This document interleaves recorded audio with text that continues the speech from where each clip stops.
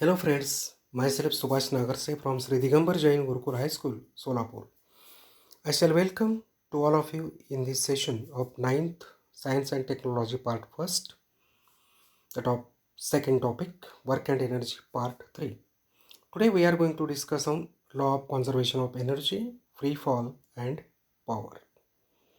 Friends, in the previous session of this Work and Energy Part 2, we have been discussed with the following important subtopics of this chapter: energy, forms of energy, kinetic energy, potential energy and their expressions, transformation of energy. Friends, today we will start with the law of conservation of energy. Friends, you just observe the activity and think on it. See here, in first activity, the balls are hanged. From the rightmost ball, it is going to hit the under. What happens? You just think on that. Secondly, here ball is thrown and all the objects are thrown in a random way. Third, here two nuts are there which are hanged with a thread. If one has given a motion, what happens to the other? Just observe. Here you can see in the fourth that from grass to this decomposers, how the energy is to be transferred. Means from one to another. In the first figure, the blue color ball is going to hit and the last green color to the leftmost will start to the left hand side. Here only one object is to be hit, others are also coming the motion. Here one nut is given a jerk, it brought in the motion, naturally the other will also come in the motion. Here in the fourth, these green plants which are autotrophs, they are preparing their energy and storing in the chemical form, and that is given to the next, then till it is energy is reaching to the last stage, that is decomposers. From grass to the zebra, zebra to the lion, lion to the decomposer, like that. Means energy is going to be transferred, means it is going to be conserved. So what is that law of conservation energy? Let us see. Energy can neither be created nor destroyed. It can be converted from one form to the another. Thus the total amount of energy in the universe remains constant. So let us see some everyday examples. When a moving car hits a parked car and causes the parked car to move, energy is transferred from moving car to the parked car. Water can produce electricity, that is hydroelectric power station. Water falls from the sky, converting potential energy to kinetic energy. This energy is then used to rotate the turbines of a generator to produce electricity. In this process, the potential energy of the water in a dam can be turned into the kinetic energy, which can then become the electrical energy. When kicking a football is sitting on the ground, energy is transferred from the kicker's body to the ball, sitting at in motion.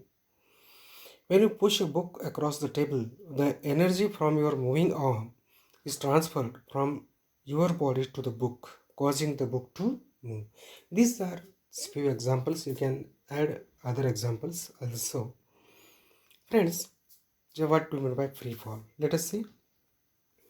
A falling object is an object that is falling under the sole influence of gravity. Any object that is being acted upon only by the force of gravity is said to be in a state of free fall. There are two important motion characteristics that are true of free falling bodies or the objects. Number one, free falling objects do not encounter air resistance. Second, all free falling objects on the earth, especially, accelerate downwards at a rate of 9.8 meter per second square, which is the value of acceleration due to gravity z. Free fall is a special case of motion with constant acceleration because acceleration due to gravity is always constant and it is downward. This is true even when an object is thrown upward or has zero velocity. Friends, you can see the free fall examples here. Skydiver you could see who is experiencing this free fall. This boy, when it throws from certain height ball, that also an example of this free fall. Here you can see one ball and this aeroplane which are experiencing this free fall. So I think free fall means one, that object is experiencing only influence of the gravitational acceleration. Now let us see this free fall. As shown in the figure, the point A is at a height h from the ground. Let the point B be at a distance x vertically below A. Let the point C be in the ground. Directly below A and B, let us calculate the energies of the objects A, B and C. You can see these positions in the adjoining figure. Friends, let us consider the three cases when the object is stationary at A, at the top, and at that time its initial velocity u is 0. Therefore, kinetic energy is nothing but a half into mass into velocity square. We substitute the values. K is equal to half into mass is m and initial velocity u square. Therefore, kinetic energy is equal to half into m into u's value is 0, 0 square. Therefore, you are getting kinetic energy is equal to 0. Because 0 is multiplied to m and half. The result is 0 itself. Now, we know at height h, the potential energy for this position A is mgh, mass into acceleration due to gravity into height. Now, total energy is nothing but k plus p.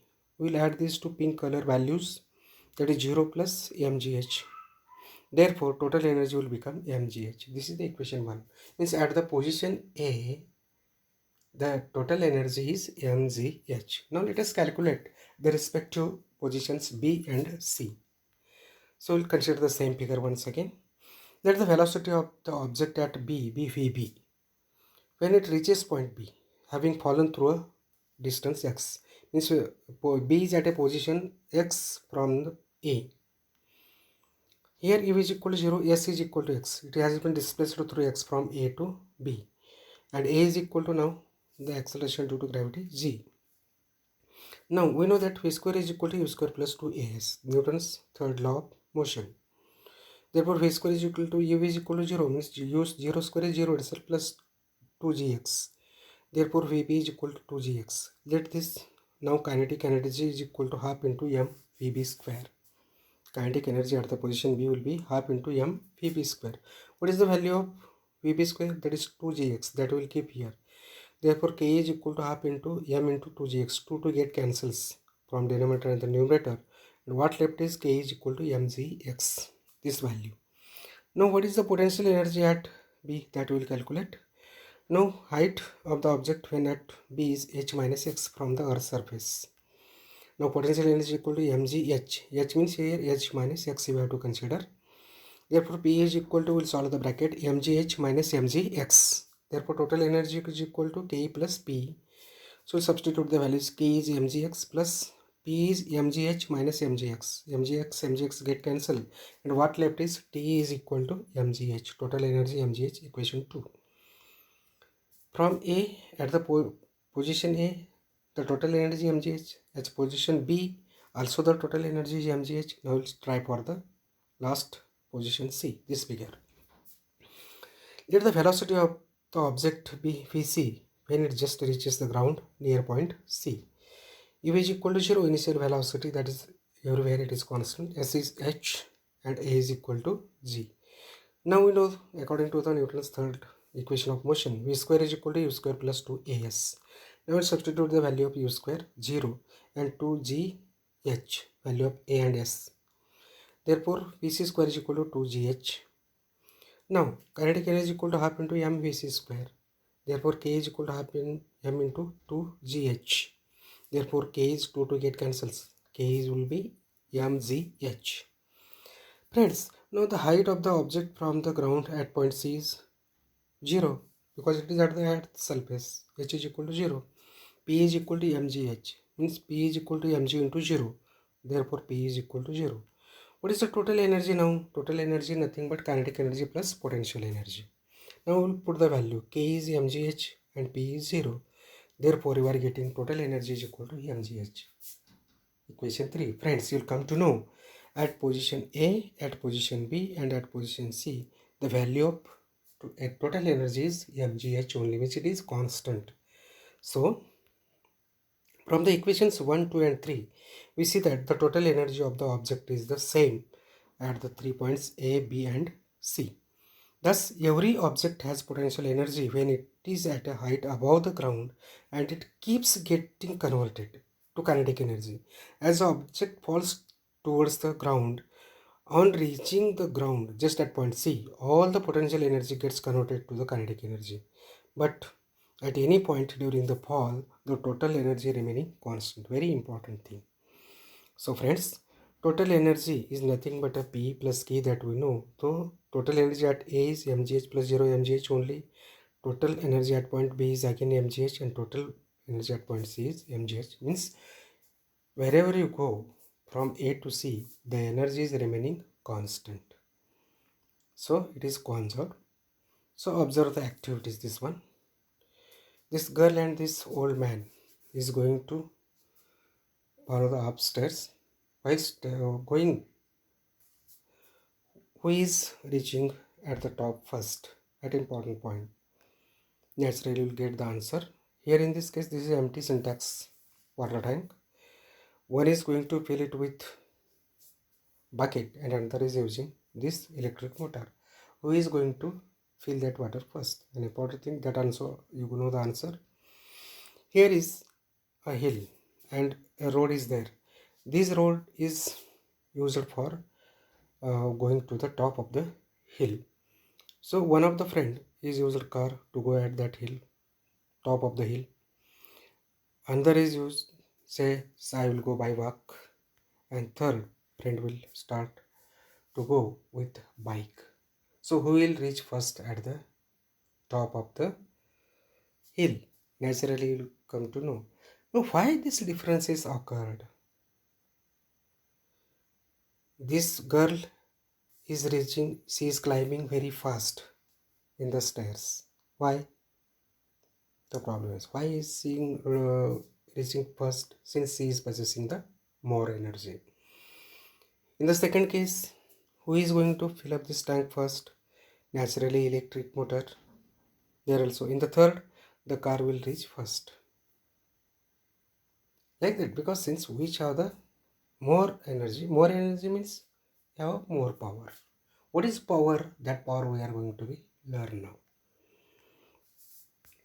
So, in the previous examples, the work done is the same in each case example, but the time taken to perform the work is different for different cases or each method.